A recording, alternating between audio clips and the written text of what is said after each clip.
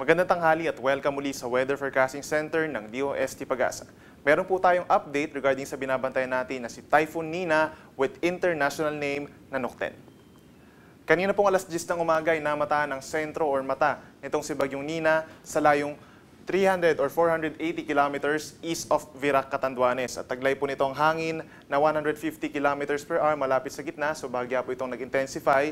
At ang gustiness naman nito ay umaabot na sa 185 kilometers per hour. Sa ngayon po ay kumikilos ito west-northwest at bahagyang bumagal ito 15 kilometers per hour na.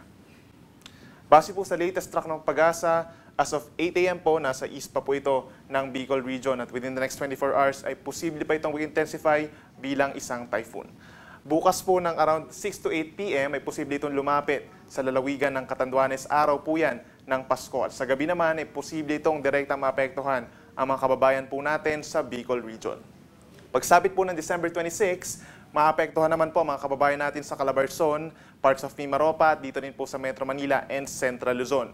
At pagsapit naman ng December 28, Wednesday po yan, ay nasa labas na ito ng ating Philippine Area of Responsibility.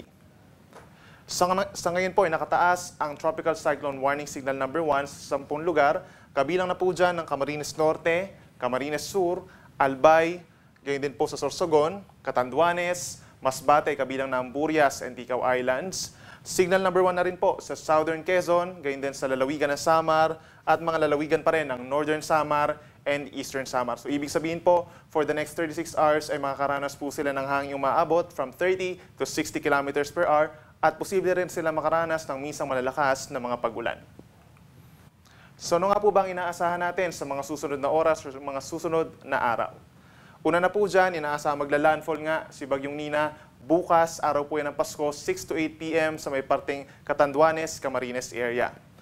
Bukod pa dyan, stormy weather or masungit na panahon ang mararanasan ng ating mga kababayan December 25 and 26. So bukas na po yan hanggang sa Monday dito sa Metro Manila, gayon din sa Bicol Region, Calabarzon, mga lalawigan din po ng Bulacan, Pampanga, Bataan, Zambales, gayon din sa mga lalawigan ng Marinduque, Oriental and Occidental Mindoro at maging sa Northern Samar. So ibig sabihin po ng masungit na panahon, more on malakas. Minsan malakas sa pagulan, moderate to heavy rains na posible po itong magdulot ng flash flood sa mga low-lying areas. Maaari rin po tumaas ang level ng tubig at posible rin po magdulot ng landslides or pagguho ng lupa sa mga bulubundukin na lugar. Bukod pa po dyan, posible rin ang malakas na hangin dahil nga nasa typhoon category ito sa Bicol region at posible namang severe tropical storm pagsapit ng Southern Luzon. So posible po itong makasira ng mga istruktura.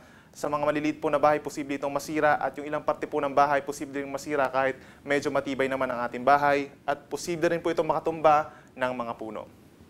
And then finally, posible rin po itong magdulot ng storm surge na hanggang 2 metro sa mga kababayan po natin sa Bicol region at dito naman sa Quezon Province and Aurora Province at sa Samar Provinces ay posible rin ang more or less 1 meter na storm surge.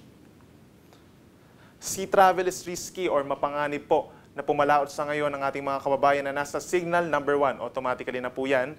And then bukod pa dyan, dahil nga sa amihan, ay meron na rin pong gale warning dito sa seaboards of Northern Luzon, sa seaboards ng Aurora and Quezon Province, at maging dito rin po sa eastern seaboard of Visayas.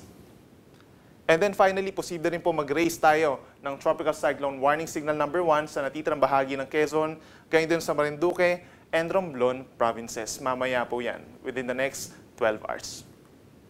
So yan po muna ang latest mula dito sa Weather Forecasting Center ng DOST Pag-asa. Patuloy po tayong umantabay sa mga ipapalabas na weather updates ng Pag-asa. Mamaya pong alas 5 ng hapon, meron tayong panibagong weather bulletin at patuloy tayong mag-follow sa ipapalabas na updates sa Twitter at sa Facebook. Ako po si Benison Estareja for Pag-asa Weather Report.